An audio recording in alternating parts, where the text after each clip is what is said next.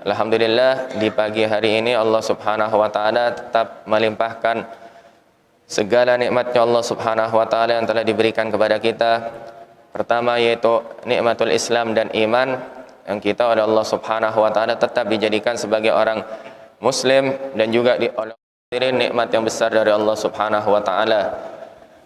Syekh Abdul Qadir Al-Jalani beliau membahas di dalam kitab beliau Al-Ghunyah, beliau menukil daripada ucapan-ucapan ulama-ulamanya Allah Subhanahu wa taala bahwasanya apabila Allah Subhanahu wa taala telah mengumandangkan di dalam ayat suci Al-Qur'an yang berbunyi ya ayyuhalladzina amanu, wahai orang-orang yang beriman, maka siapapun yang menjawab daripada panggilan Allah Subhanahu wa taala berarti otomatis orang tersebut beriman kepada Allah Subhanahu wa taala. Alhamdulillah, di bulan Ramadan ini kita oleh Allah Subhanahu wa taala diberikan kekuatan dan diberikan keinginan yang kuat untuk melaksanakan daripada perintahnya Allah Subhanahu wa taala yang berupa puasa Ramadan. Berarti hadirin, kita oleh Allah Subhanahu wa taala telah ditentukan dan ditakdirkan sebagai orang-orang beriman kepada Allah Subhanahu wa taala karena telah menjawab daripada panggilannya Allah Subhanahu wa taala yang berbunyi ya ayyuhalladzina amanu. Kemudian juga hadirin, Al-Imam Ja'far As-Shadiq beliau mengatakan bahwasanya kelezatan yang ada pada panggilannya Allah Subhanahu wa taala yang berbunyi ya ayyuhalladzina amanu, hal tersebut bisa menghilangkan segala lelah dan letihnya kita ibadah kepada Allah Subhanahu wa taala. Karena hadirin, tentunya apabila kita oleh Allah Subhanahu wa taala telah dipanggil dan ada pada diri kita kecintaan kepada Allah karena kebaikan yang telah Allah berikan kepada kita, pastilah segala letih, segala lelah yang kita hadapi ini semuanya akan sirna di hadapan kebahagiaannya kita menjawab panggilannya Allah Subhanahu wa taala. Allah Subhanahu wa taala hadirin tidak membebani kepada kita. Allah Subhanahu wa taala tidak pernah menyusahkan umat Islam, kan tapi Allah Subhanahu wa taala memberikan kehidupan yang nikmat untuk umat Islam. Umat Islam oleh Allah Subhanahu wa taala dilatih dan oleh Allah Subhanahu wa taala diberikan pemahaman-pemahaman bahwasanya kesederhanaan yang kita lakukan daripada bermacam daripada ibadah, kehidupan, oleh Allah Subhanahu wa taala tetap diberi ganjaran, diberi pahala yang besar oleh Allah Subhanahu wa taala. Tema hari ini kita membahas daripada kesederhanaan daripada hidupnya kita. Hadirin, alhamdulillah Allah Subhanahu wa taala telah memberikan kepada kita hadiah, yang hadiah tersebut diinginkan oleh seluruh makhluknya Allah Subhanahu wa taala. Bahkan seluruh manusia dari zaman Nabi Adam alaihissalam sampai akhir zaman ini mendambakan daripada hadiah tersebut. Kan tapi hadirin oleh Allah Subhanahu wa taala, hadiah tersebut hanya diberikan kepada orang-orang yang oleh Allah Subhanahu wa taala ditakdirkan sebagai umat akhir zaman, umat Nabi akhir zaman, yaitu Rasulullah sallallahu alaihi wasallam. Bagaimana kita mendapatkan di dalam kisah-kisah Rasulullah sallallahu alaihi wasallam bersama para sahabat, hidup mereka sederhana. Bagaimana kehidupan Rasulullah bersama para sahabat? Tidak terlalu bermewah-mewahan, sederhana, akan tapi beliau-beliau oleh Allah Subhanahu wa taala dijadikan orang-orang yang dicintai oleh Allah Subhanahu wa taala. Amal-amal beliau-beliau sangat istimewa, yang miskin dengan ibadah yang hebat, yang kaya dengan ibadah yang hebat, dengan sedekah, zakat, dan segala hadiah-hadiah yang diberikan kepada orang-orang yang membutuhkan. Dalam kesederhanaan hidup tersebut hadirin, semuanya tentu dengan niatan-niatan yang baik, yaitu niatan untuk kita beribadah kepada Allah Subhanahu wa taala, bersyukur atas nikmat yang Allah berikan kepada kita. Di dalam kesederhanaan hidup bukan berarti kita harus hidup dalam keadaan miskin ataupun hidup dalam keadaan tidak terurus ataupun hidup sebagaimana yang digambarkan seperti cerita-cerita sufi dengan pakaian compang-camping, tidak pakai sandal, tidak hadirin. Allah Subhanahu wa taala telah berfirman di dalam ayat suci Al-Qur'an yang berbunyi, a'udzubillahi minasyaitonir rajim, laqad kana lakum fi rasulillahi uswatun hasanah. Sungguh lakum bagi kalian. Siapa kalian tersebut? Diceritakan bahwasanya zaman dahulu, zaman Rasulullah sallallahu alaihi wasallam, masyhur, terkenal, sebelum Rasulullah lahir, banyak daripada orang-orang yang memang kalau dikutip sejarahnya mereka termasuk legenda hidup dalam kebaikannya, dalam keberaniannya, dalam kedermawanannya, dalam segala hal yang patut untuk dipuji oleh manusia. Banyak daripada kalangan sahabat menceritakan daripada orang-orang tersebut, yang mana mereka berani memberi makan daripada orang kampung. Kalau ada orang yang membutuhkan, pasti mereka bantu. Ketika musim paceklik, mereka mengeluarkan daripada simpanan-simpanan gandum-gandum mereka, makanan-makanan mereka untuk masyarakat yang kelaparan. Hal tersebut hadirin tentunya menjadi cerita buah bibir dan diceritakan oleh orang-orang di zamannya.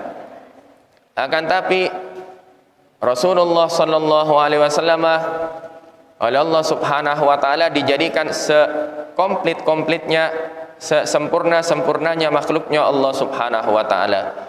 Oleh karena itu Allah Subhanahu wa taala menegur dan juga mengajarkan kepada para sahabat Nabi sallallahu alaihi wasallam bahwasanya laqad kana lakum fi rasulillahi uswatun hasanah. Sungguh Rasulullah sallallahu alaihi wasallam bagi kalian adalah sauri toladan yang bagus, sauri toladan yang pas, tidak kurang tidak lebih, kan tapi pas. Oleh Allah Subhanahu wa taala, Rasulullah sallallahu alaihi wasallam memang sudah ditentukan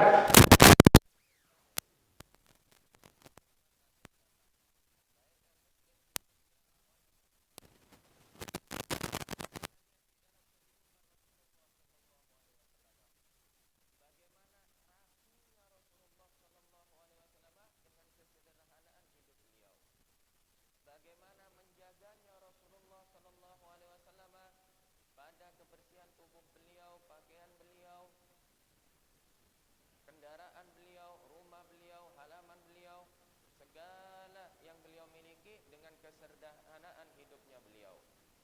Bagaimana Rasulullah sallallahu alaihi wasallam dalam berpakaian, walaupun beliau sederhana akan tapi rapi. Bagaimana Rasulullah sallallahu alaihi wasallam dalam perawakan, walaupun beliau sederhana akan tapi sungguh indah dan rapi apa yang ada pada diri Rasulullah sallallahu alaihi wasallam.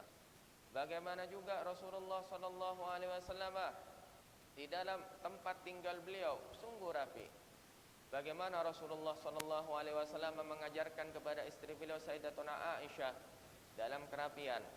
Bagaimana Rasulullah sallallahu alaihi wasallam memberikan pelajaran kepada para sahabat untuk selalu memakai sandal.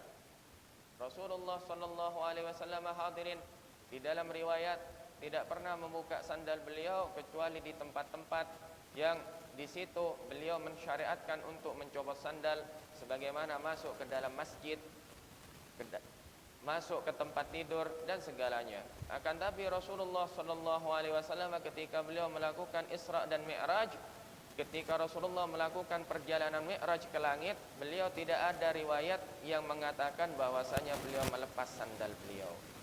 Di sini hadirin, berarti di dalam kesederhanaan tersebut yang dicontohkan oleh Rasulullah sallallahu alaihi wasallam tidak terlepas daripada hal yang dipuji oleh syariatnya Allah Subhanahu wa taala, yaitu kerapian, kebersihan. Begitu juga bagaimana di dalam kehidupan beliau. Rasulullah sallallahu alaihi wasallam ketika dihaturkan dan disodorkan kepada beliau makanan-makanan mewah, beliau mengambil contohnya daging daripada kambing, beliau mengambil kaki belakang daripada kambing, paha belakang kambing beliau ambil, beliau makan. Beliau menikmati daripada rezeki yang Allah berikan kepada beliau. Ketika beliau disodorkan kepada beliau hal-hal yang biasa, yang sederhana, beliau makan, kecuali tidak selera pada diri beliau. Beliau tidak pernah harus makan yang nikmat-nikmat ataupun makanan-makanan yang harus mewah. Tidak hadirin, akan tapi beliau makan dengan makanan-makanan yang sederhana.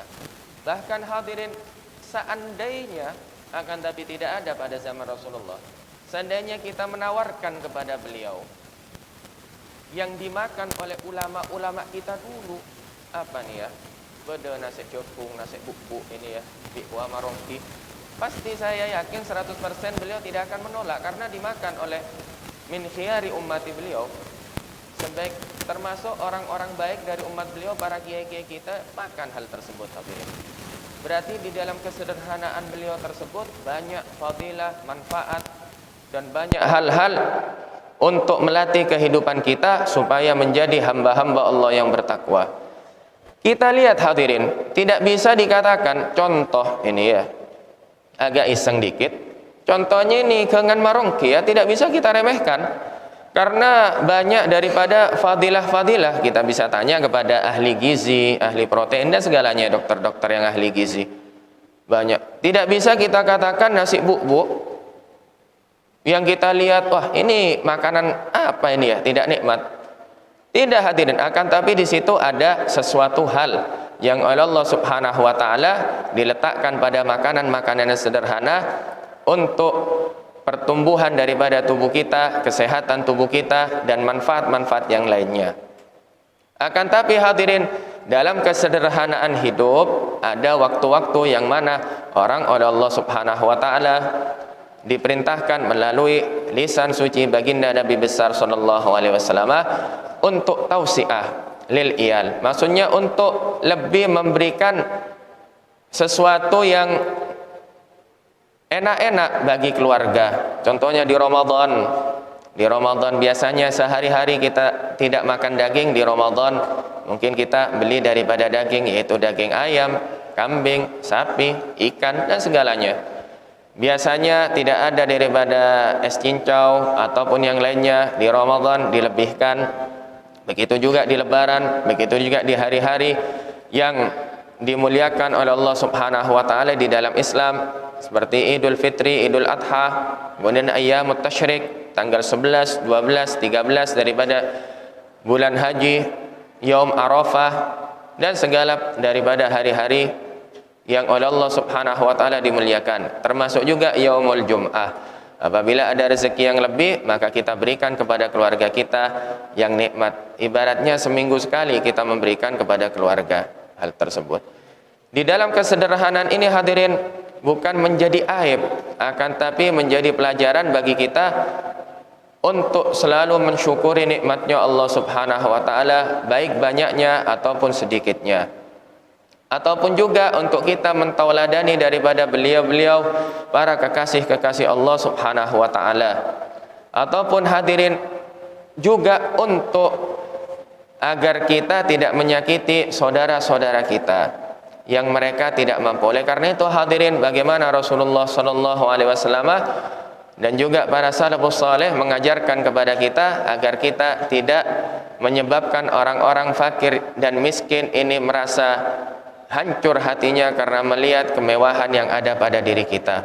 Akan tapi di samping itu, agama Islam tidak pernah melarang untuk kita hidup mewah. Tidak ada agama Islam melarang untuk kita membuat daripada rumah besar yang mewah, yang dilengkapi dengan AC dan segalanya. Akan tapi niatannya kita ini hadirin, apa niatan kita dalam bermewah-mewahan? Apabila niatnya kita mensyukuri Allah, mensyukuri nikmatnya Allah Subhanahu wa taala, dan dengan tujuan agar umat Islam tidak diremehkan oleh orang-orang non muslim, ataupun untuk menjamu tamu agar sempurna, ataupun untuk mengundang fakir miskin masuk ke rumah kita untuk menikmati daripada apa yang Allah berikan kepada kita daripada kemewahan-kemewahan makanan, agar mereka juga menikmati daripada hal-hal yang oleh Allah Subhanahu wa taala diberikan kepada kita, maka ini merupakan ibadah, karena niat kita yang baik akan dinilai oleh Allah Subhanahu wa taala. Begitu juga dengan kendaraan yang mewah. Mungkin niatan kita ini untuk menggambarkan dan mencerminkan bahwasanya umat Islam tidak begini-begini saja, akan tapi umat Islam juga ketika diberikan rezeki yang banyak, mereka menampakkan kepada orang-orang muslim agar orang-orang non-muslim tidak meremehkan kepada umat Islam. Dan juga untuk membantu, kemungkinan ada tetangga yang membutuhkan bisa kita pinjamkan, tetangga yang sakit mungkin kita bisa siap dan siaga untuk membawa mereka ke rumah sakit, ataupun untuk segala hal yang di situ tergantung daripada niat yang dimiliki oleh orang tersebut. Semakin bagus niatnya, maka semakin tinggi derajatnya di sisi Allah Subhanahu wa taala. Karena tidak bisa kita katakan orang yang bermewah-mewahan tersebut sombong, riya, sum'ah, ujub, tidak bisa hadirin. Karena yang menguasai hatinya manusia hanya Allah Subhanahu wa taala. Di dalam cerita diceritakan bahwasanya seorang wali Allah Subhanahu wa taala bernama Al-Habib Abu Bakar bin Abdullah Al-Idrus. Beliau tinggal di kota Aden. Beliau hadirin terkenal dengan kaya rayanya. Bahkan beliau membangun masjid yang sangat besar di zamannya dari nafkah harta beliau sendiri, tidak dibantu sama siapapun saja. Begitu juga beliau memiliki rumah yang besar. Begitu juga beliau memiliki bisnis-bisnis. Bahkan di dalam riwayat, kalau datang kiriman beliau ataupun beliau mengirim barang beliau, beliau sampai menyewa satu kapal laut full. Dan kalau beliau akan berjalan dari rumah beliau ke masjid beliau, harus dibentangkan karpet merah yang beliau beli sendiri. Beliau duduk di atas kuda beliau.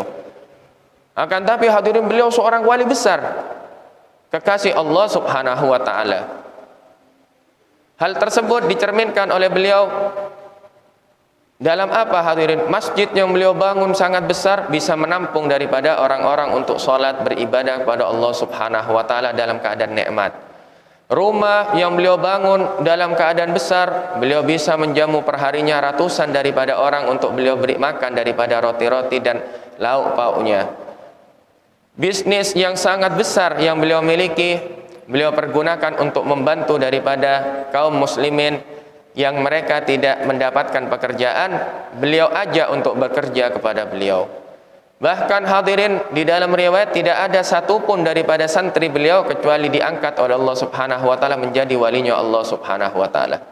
Sampai diceritakan suatu saat beliau ketika menurunkan barang dari kapal beliau, ini beliau memanggil daripada tetangga-tetangganya, dipanggil, "Ayo, siapa yang mau membantu saya, akan saya beri upah." Banyak dari santri-santrinya yang membantu beliau dengan secara ikhlas, akan tapi beliau tidak mau. Siapapun yang bekerja saya, siapapun dia, walaupun dia santri saya, harus mau menerima upah dari saya. Kalau tidak mau menerima upah dari saya, nggak usah kerja. Semuanya hadirin kerja membantu dengan upah, bukan upah di bawah rata-rata, kan, tapi upah yang standar. Beliau kasih ya terus. Ketika sudah selesai tugas, beliau panggil satu demi satu ini. Panggil satu. Sampai ada salah satu santri beliau berada di belakang ini ya, nunggu paling akhir karena ada satu permintaan kepada gurunya. Ketika sampai ke hadapan beliau, ngomong si santri ini, "Wahai guru, saya tidak ingin minta apa-apa. Saya hanya minta oleh Allah Subhanahu wa taala dibuka hijab, dengan barokah doanya Anda, saya dibuka hijab bisa melihat surganya Allah Subhanahu wa taala." Kata beliau, "Ini terima dulu upah." Diberikan upahnya, kemudian sama beliau ditempeleng ringan itu ya, tempeleng biasa, terus kayak iseng begini. Setelah ditempeleng, pulang kamu. Ketika pulang, buka pintu rumah beliau, akan keluar ke halaman, santri ini teriak, "Allah!" Teriak, kaget teman-temannya, dilihat, "Kenapa kamu?" Oleh Allah Subhanahu wa taala ternyata dibuka hijab, bisa melihat surganya Allah Subhanahu wa taala. Dan detik itu juga langsung diangkat menjadi walinya Allah Subhanahu wa taala. Bagaimana pelajaran beliau-beliau ini ya? Dalam kesederhanaan akan tapi bisa memberi manfaat yang besar. Dalam kesederhanaan bisa memberikan apapun yang oleh Allah Subhanahu wa taala berikan kepada beliau daripada pelajaran-pelajaran. Berarti hadirin, dalam kesederhanaan hidup kita tentunya banyak manfaat dari Allah Subhanahu wa taala untuk melatih jiwa kita agar tidak sombong, agar tidak ujub, agar kita selalu perhatian kepada orang di sekitar kita, agar kita selalu bisa tolong menolong, agar kita bisa mencerminkan al-akhlakul karimah yang dibawa oleh Rasulullah sallallahu alaihi wasallam. Tentunya hal tersebut yang menyebabkan kita dicintai oleh Allah Subhanahu wa taala, kita diberi pangkat menjadi kekasih-kekasihnya Allah Subhanahu wa taala, dan sosok kita ini bisa menjadi cerminan bagi keluarga kita, keturunan kita, orang-orang di sekitar kita, bahwasanya dalam kesederhanaan hidup tersebut banyak daripada hal-hal yang oleh Allah Subhanahu wa taala dijadikan pelajaran-pelajaran bagi umat Islam, umat Nabi besar Muhammad sallallahu alaihi wasallam. Semoga yang sedikit ini menjadi manfaat bagi kita, menjadi pelajaran bagi kita, menjadi tambahan ilmu bagi kita, menjadi sebagai sarana kita oleh Allah Subhanahu wa taala dijadikan hambanya Allah Subhanahu wa taala yang sangat berbakti kepada agamanya, berbakti kepada Allah, berbakti kepada Rasulullah, berbakti kepada wali-wali Allah, berbakti kepada pendahulu-pendahulu kita, orang tua kita. Amin amin ya rabbal alamin.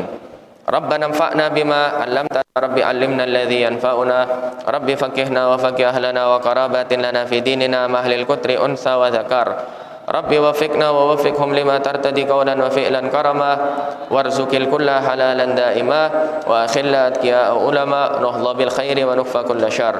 Rabbana aslih lana kulla syu'un wa aqirra bir ridha minkal uyun, faqdi anna rabbana kulla duyun qabla an ta'tiyana rusulul manun, waghfir wastur anta akraman satar.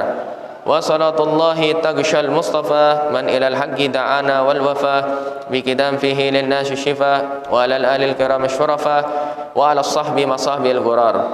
Allahumma hdina bihudak waj'alna mimman yasaru fi ridak wa la tuwallina waliyan siwak wa la taj'al man khalafa amraka wa asak wa hasbunallahu wa ni'mal wakil wa la hawla wa la quwwata illa billahil azim walhamdulillahi rabbil alamin.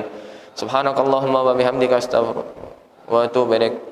Wabillahi taufiq wal hidayah. Wassalamualaikum warahmatullahi taala wabarakatuh.